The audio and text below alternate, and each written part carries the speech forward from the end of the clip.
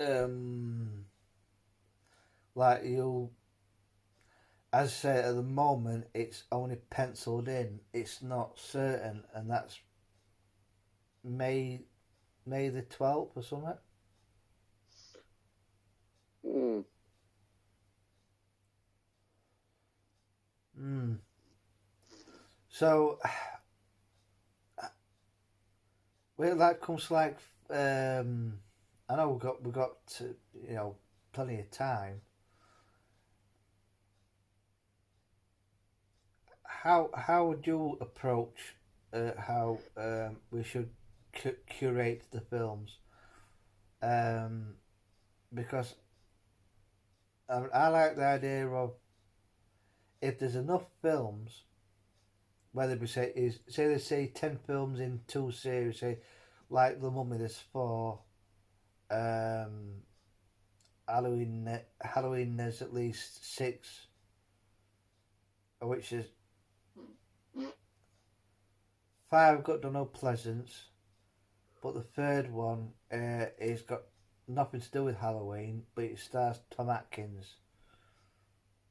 Would you go for a themed, some theme nights, and then some nights where it's a bit of a pick and mix?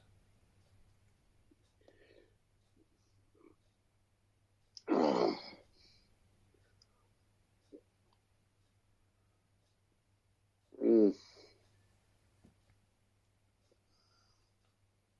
Yes, we'll have a bit of a theme night. Yeah, I mean that's what I like, the idea of theme night, like all the Frankenstein's, Oh yeah. and you could leave. Man, you could watch the evil of Frankenstein first or last because um, it's got nothing to do with the first, second, or anything after that because it's a standalone film starring Peter Woodthorpe. Oh, hello, his boyfriend again. Um, Peter Woodthorpe, who was the man. No, I know I said before. Peter Woodthorpe. What film was he in with Peter Cushing?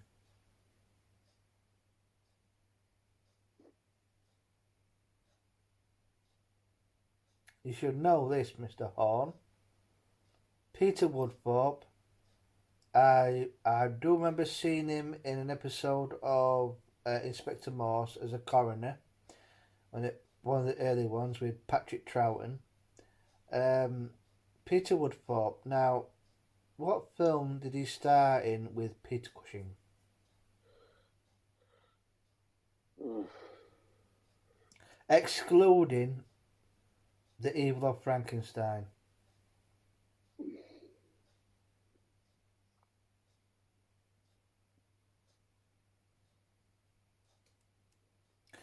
no. Okay, it was only a cameo. He was the landlord in The Skull.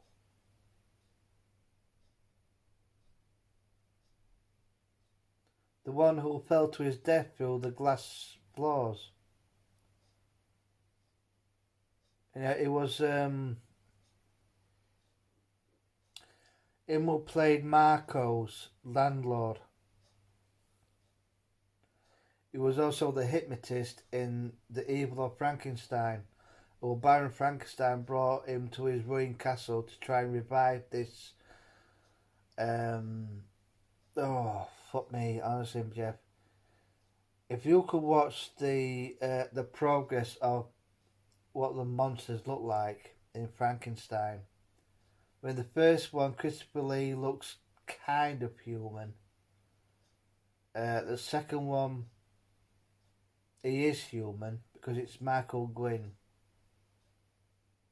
Um, Evil of Frankenstein, it looks like he's had his head chiselled out of a block of fucking marble.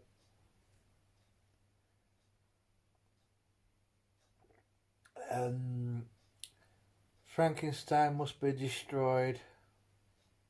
No, Frankenstein created woman. She's human. Is that Swedish actress? Go on then. What are you waiting for? Oh, get me head chopped. Hans, go away, boy. Send him away. Okay, get on with it.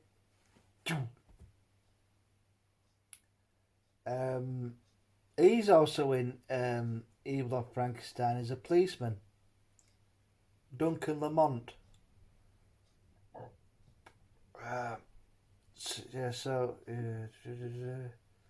Frankenstein must be destroyed.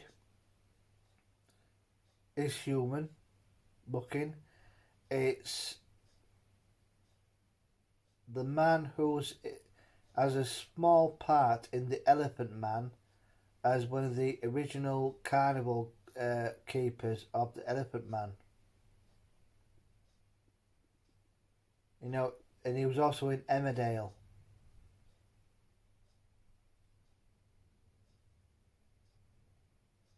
You know who he is, don't you? You watch the Elephant Man?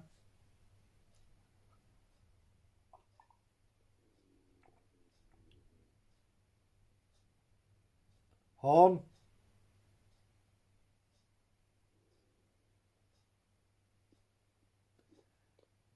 The Elephant Man.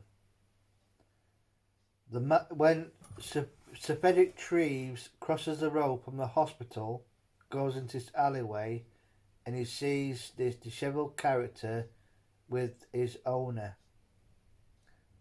Freddie Jones, who's also in the Satanic Rites of Dracula as the man who does all that chemistry stuff. The worst one of all, I mean, I thought the monster in Evil of Frankenstein was bad, but the one in Frankenstein and the Monster from Hell was just starring the man who was the Darth Vader. Oh, it was like a yeti with alopecia, with hair loss, with occasional partial hair loss. If you see it, man, you'll think, no way would anyone be proud of this bloody yeti with that's plucked some of its hair out, like it's been pumped up on fucking steroids.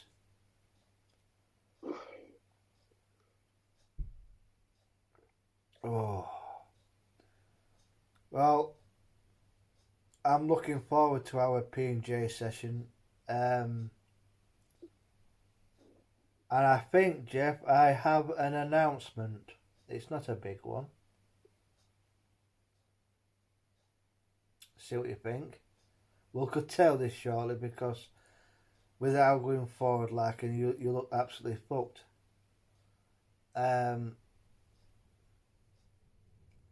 as you know, there was something that you suggested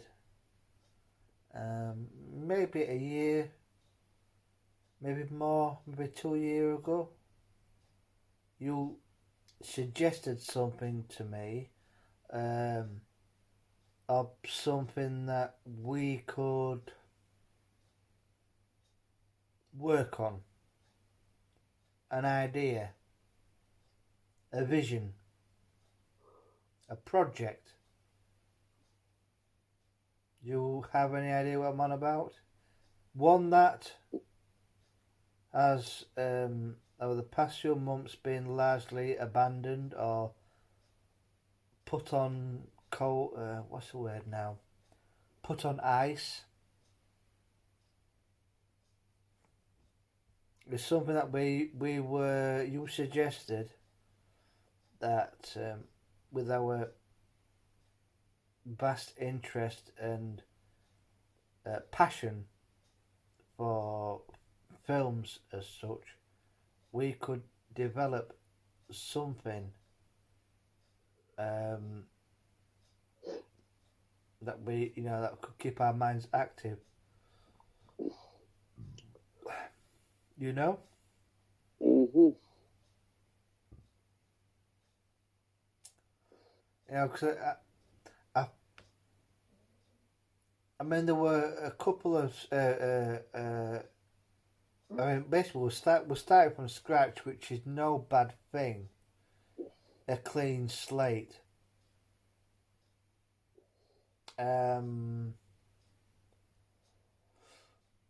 if you can remember, I know your energy is fading fast. If you can remember, the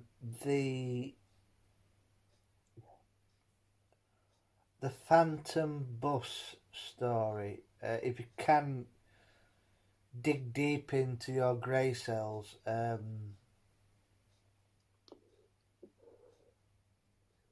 I'll tell you what I remember first. You said you had this idea of a bus. Let's say it's like an old fashioned route master bus with the like what you see in the opening credits of Man About the House, where Sally Thompson loses her shoe. And on this bus, you said, there were a gang of um, ghouls, phantoms of various forms. Um, what was the What was it? Because what was the inspiration behind that? I mean, behind that story, if you can remember.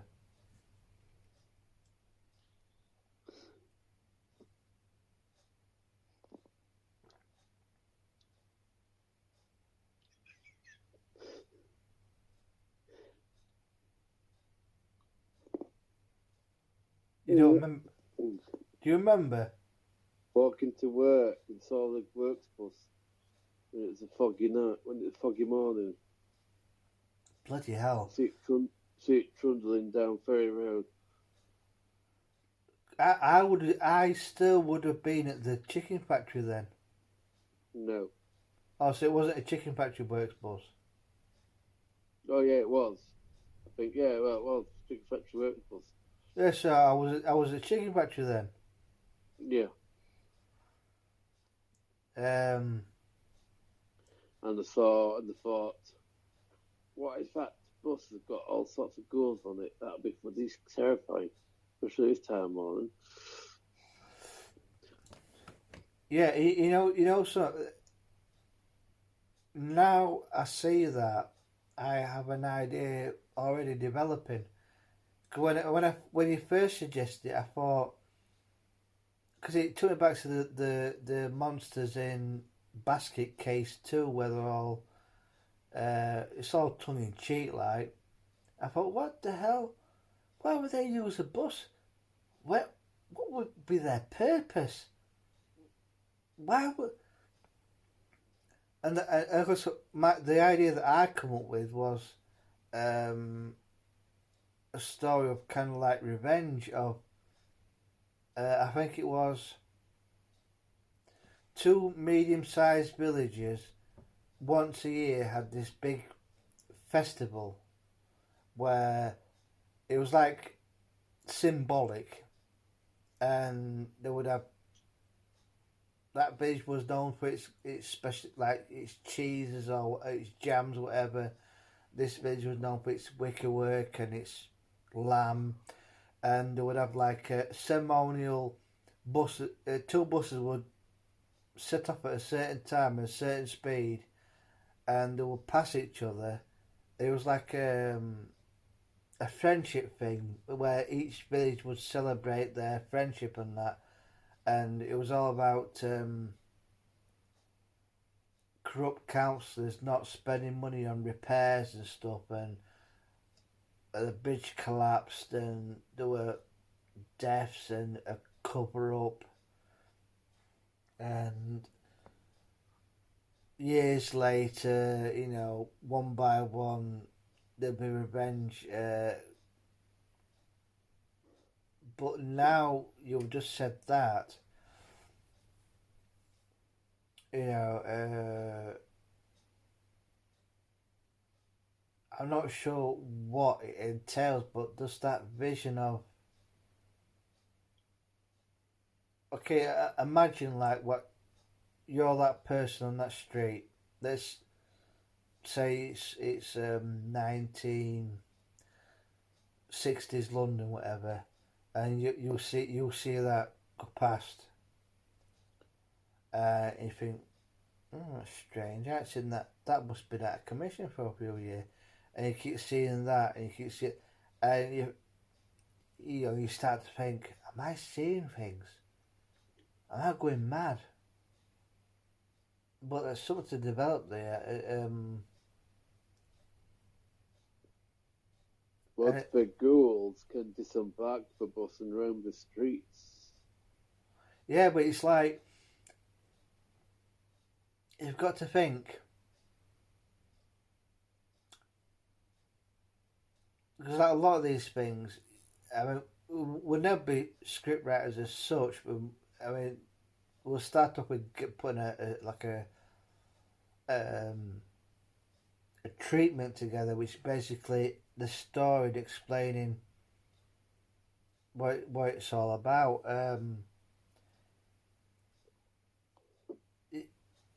Even see, you obviously got to suspend disbelief. Like you got to think of how they came to be, or maybe not so much that, but somewhere like the beginning of this happened and it led to this.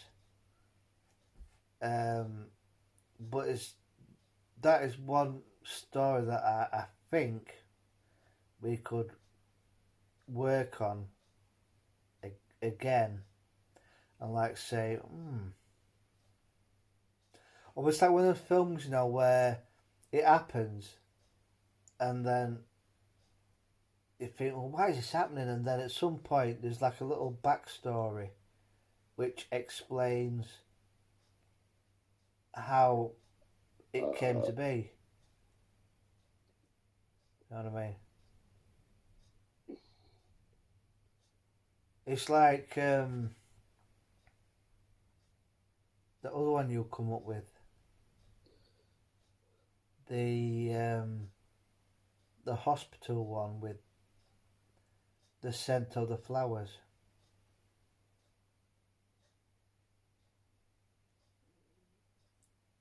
You apparently it's happened in Scunthorpe General Hospital. demon nurse, but isn't it a nurse? Isn't a demon nurse? It's a nice ghost, but we can sort of twist it to make it. Yeah. Well, the one that we come up with, well put together, was uh, this nurse was matron was all right, but in one of the hidden basements, she was actually a Satanist and blah blah blah. The nurses realised what happened. Um, Collared her and walled her up in the basement, in a sub basement, uh, with a crucifix covering pinned to the wall. So if it was ever discovered, it might be because it was a chapel. And the idea was that years later, obviously, maybe 200 years later, the hospital gets redeveloped, but that's because it's subterranean is missed. Someone comes along, not realizing what it is, takes off the crucifix and that, and all the garlic flowers and all the protection, and it's kind of unleashes the spirit of this this satanic matron over the hospital and that. That's the one that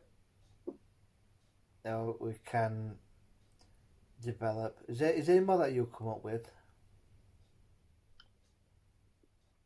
Smugglers. Oh yes, the smugglers. We've written a hell of a lot on that. Yeah, I think a lot of that's been lost now, but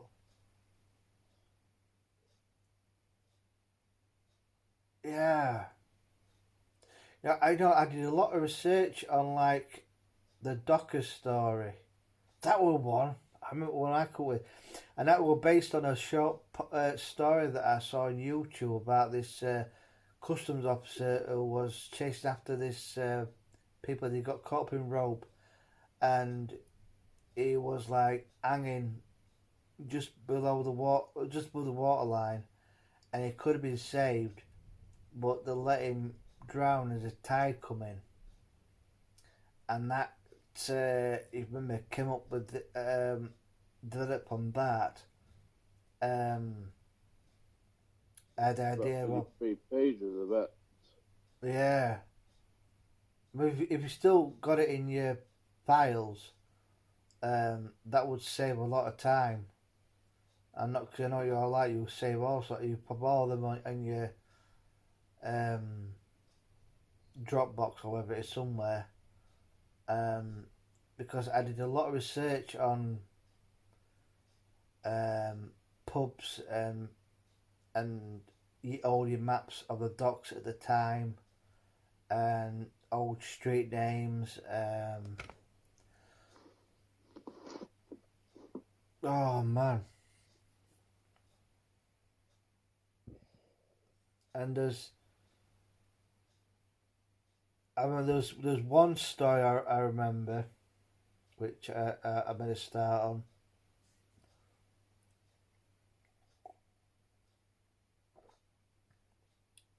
You fill your glass up. Mm.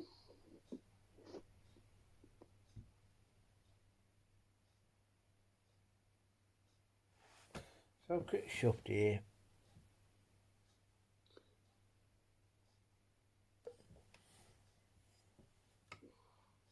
Oh, it's 8 minutes past 4, but it's actually 8 minutes past 3, really. Um, yeah, I remember in one story that I did bit of, I got quite far on, but I think it a bit rough and ready. Probably tell you about this. Remember when his Beshek, my brother-in-law was due to come over, but he got cold feet and Ivana come over instead, and we went up to Scarborough. It was very nice fish and chip, as you do. And coming back from Scarborough, as the normal route, where you go past that Morrison's, there was signs saying, follow this diversion right. So, oh, looks alright, traffic's still moving. Went straight on, it got to the other roundabout and it went blocked off. Follow this route. So I followed this route. I thought, oh, I've been here before. I know it. And I know where I'm going. I think. And come to this village, and I come onto that road where uh, if that you leave Scarborough and you turn left up that hill which you have to keep in low gear. So, but I come onto that road which leads up to that, and I wasn't sure if to turn left or to turn right. So I turned right, and then I remember seeing this turn up which said Driffield. I thought, well, no, Driffield. And oh my god, miles and miles and miles and miles of hedgerows with a farmhouse here, a farmhouse there, and then nothing but windy roads. I saw one solitary person who was walking or having a jog. No traffic. Um, no sign of civilization whatsoever. And then it kept on saying Driffield 3 miles, and then, but you looked in distance, you could see nothing. You could have been in the middle of fucking nowhere. Eventually, we come into the outskirts of Little Driffield, but it just got me an idea of, which I've seen before, of you know those films where uh, all the family gets together at one house, uh, and there's one which involves Roger Daltrey from The Who, and they realise one by one they're being killed off, so they try to escape, and there happens to be a car with keys in, and no matter if they turn left, turn right, turn left again, they always end up back at the house. Have you seen them type of films? So, Well, they'll get invited to the house by some vague relative, and one by one, they get killed off. This couple were tried to escape. They're in the car. They left the keys in. They're going down these country lanes, and they try several times. Turn left, turn right. They are turn right, turn left. But no matter what variation they do, they seem to end up back at the house that they're trying to escape, because it's like in the middle of nowhere. Every tree looks the same. Every junction looks the same. So I had this idea that two couples, based on us four, go out for a day out at seaside, nice fish and chips. On the way back, a diversion. In the distance, a car or SUV or MPV, whatever, which looks the similar colour to what we're in, but it's just out at distance, you can't make it out. So we head off, go around these country lanes, see this nice oldie country house, bit misty. No, we don't want to be here. Set off.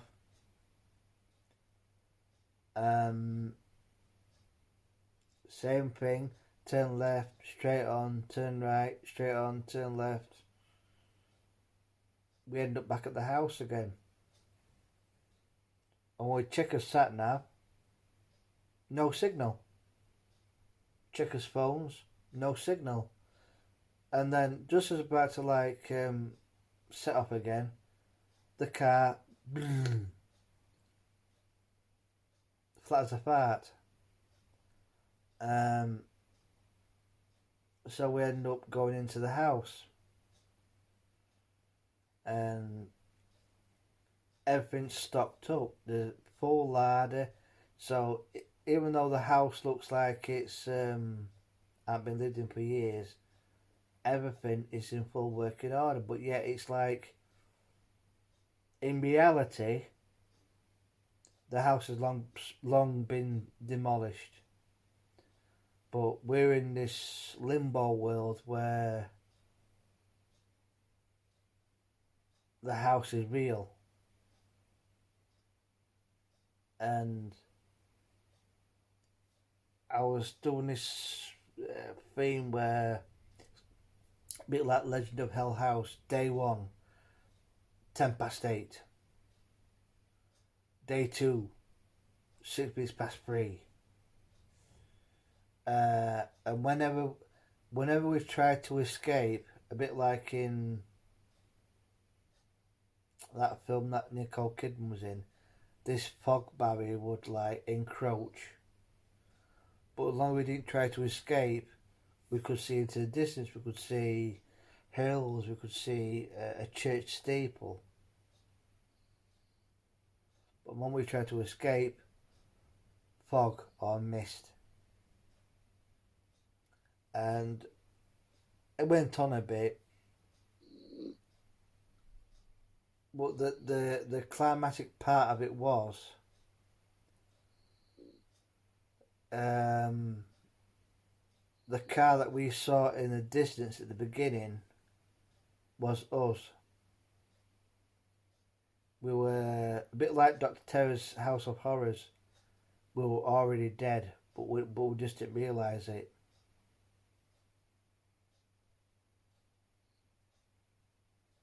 I mean, it's not original, but I thought that just come from us getting lost from a diversion from Scarborough trying to get home.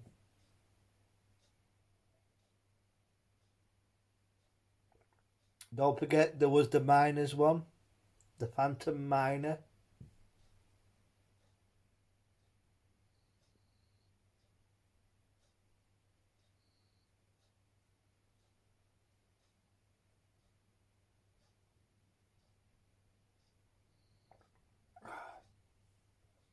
But I like the idea of the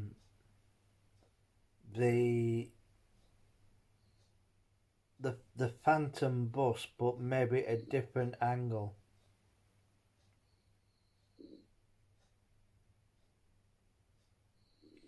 It's like, what would you think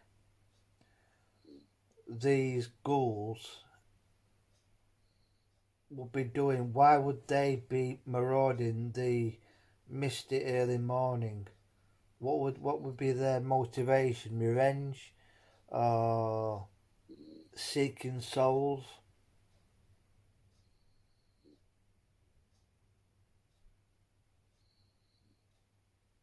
What do you think?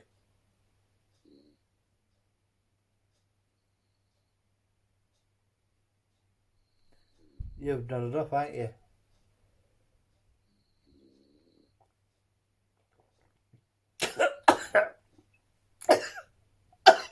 Fucking hell.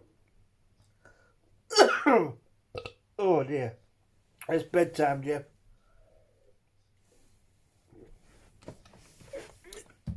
Ah, dear. Bit embarrassing. What time is it? Well, okay, it's 19 minutes past 4, but it's 19 minutes past 3, really. Oh dear, that was a bit embarrassing. Right, arrivederci, mum, bruv. You're asleep, I know that.